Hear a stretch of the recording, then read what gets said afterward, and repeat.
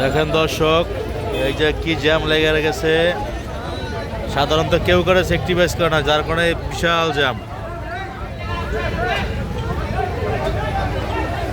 বিশাল jam. এটা হলো বাইন্যাবাড়ির মোচড়, না মুরগিটোলার মোচড়। ও সবাই জ্যামে বসে রয়েছে ঘন্টার পর ঘন্টা।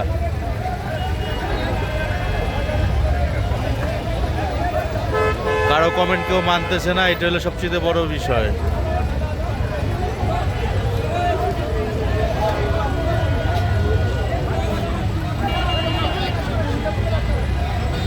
যাওয়ার মতো কোনো রাস্তা নাই,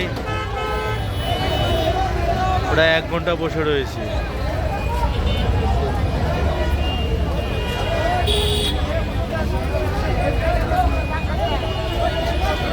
কেউ কারো কমেন্ট মানতেছে না।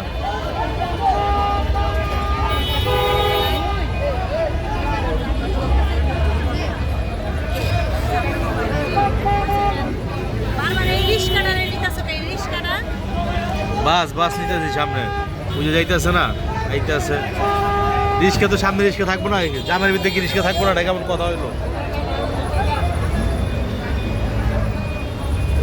মূলত এই বাসটার কারণে বেশিরভাগ জ্যাম লাগছে।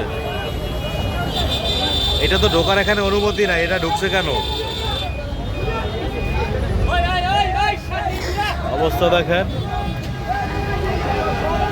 এত পরিমাণ জ্যাম। সবাই রং সাইড দিয়ে ঢুইকা, উল্টা পাল্টা ঢুইকা পুরা জ্যাম বাজাই দিছে। এর ভিতরে দেন ভিক্টর ক্লাসিক, এই যে ভিক্টর ক্লাসিক, এটাও রং ঢুকছে, যার কারণে রাস্তা ব্লক হয়ে গেছে। এত বিশাল বাস, এই রাস্তাতে ঢোকার অনুমতি নাই।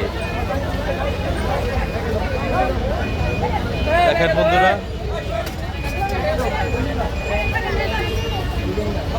অনেক লোক আসছে ঠিক করার জন্য।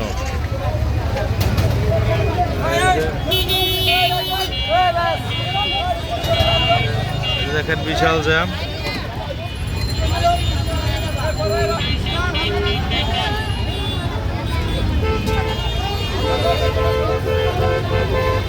ওয়াও, অনেক জ্যাম।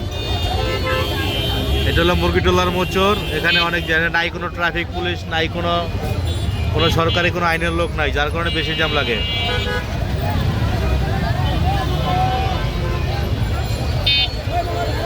যাক, অনেক লোকজনের মারফতে একটু জ্যাম ছাড়ছে, যেতে পারছি। 1 ঘন্টা বসেছিলাম এখানে, 1 ঘন্টা।